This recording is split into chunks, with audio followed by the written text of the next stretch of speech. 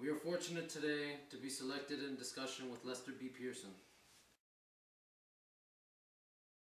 Won a Nobel Peace Prize and had the courage to not only stand up for what he believed in what was right, but for also standing up to his own allies.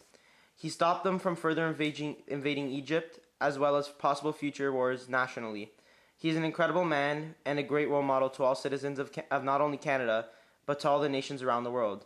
Lester B. Pearson is a great example of what we Canadians should stand for.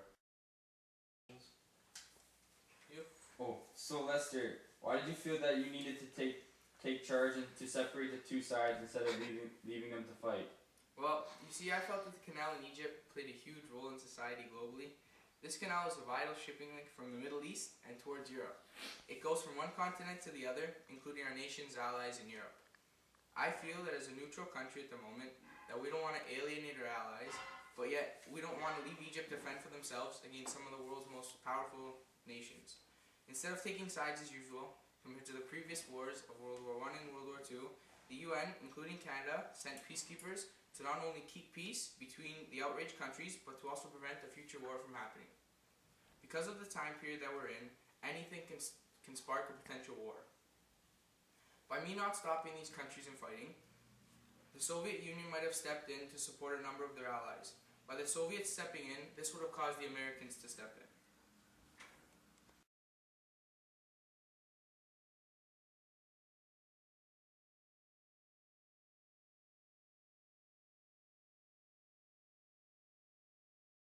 With the Americans and the Soviets on opposite sides, a potential world war would have broken out. As them being the world's top superpowers, this would have resulted in many casualties.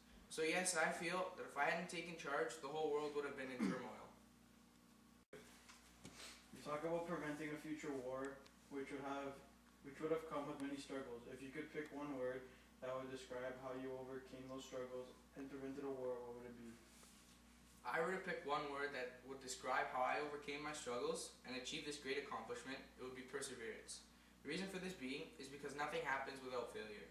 You're not just going to get up in the morning and say, let's send some peacekeepers to Egypt and let's save them from being taken over.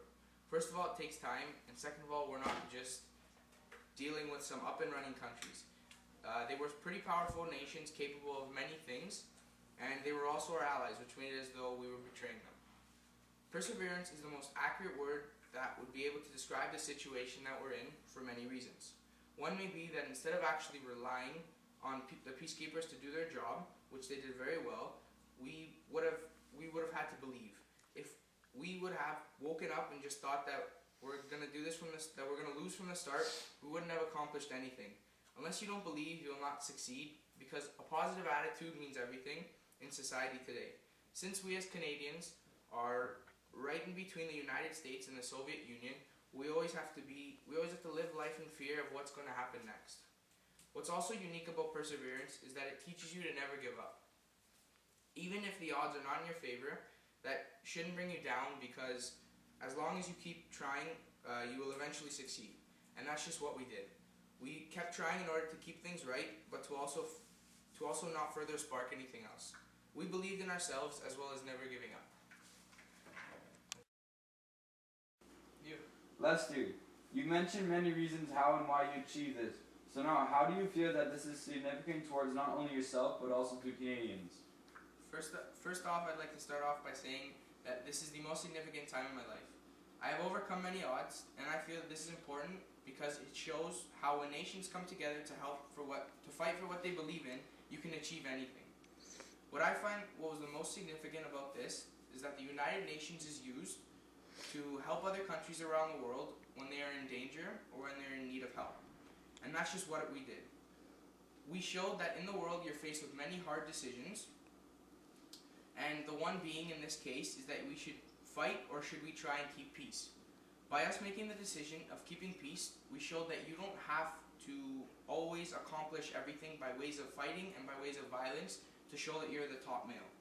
We've proved that you are able to conquer anything by peacefulness. Also, I'd like to say that this is very significant to Canadians because by the UN and myself stopping this event and further preventing things from happening, we are able to live in a much safer place, knowing that that what could have happened didn't, which means that we're safer. If a war would have broken out, no one would have known what was coming next. With the amount of nuclear weapons that the United States and the Soviets retain are enough to wipe out the world before our eyes. Lastly, Canadians as well as countries around the world can sleep in peace tonight and not have to worry about wars anytime soon. That concludes our press conference.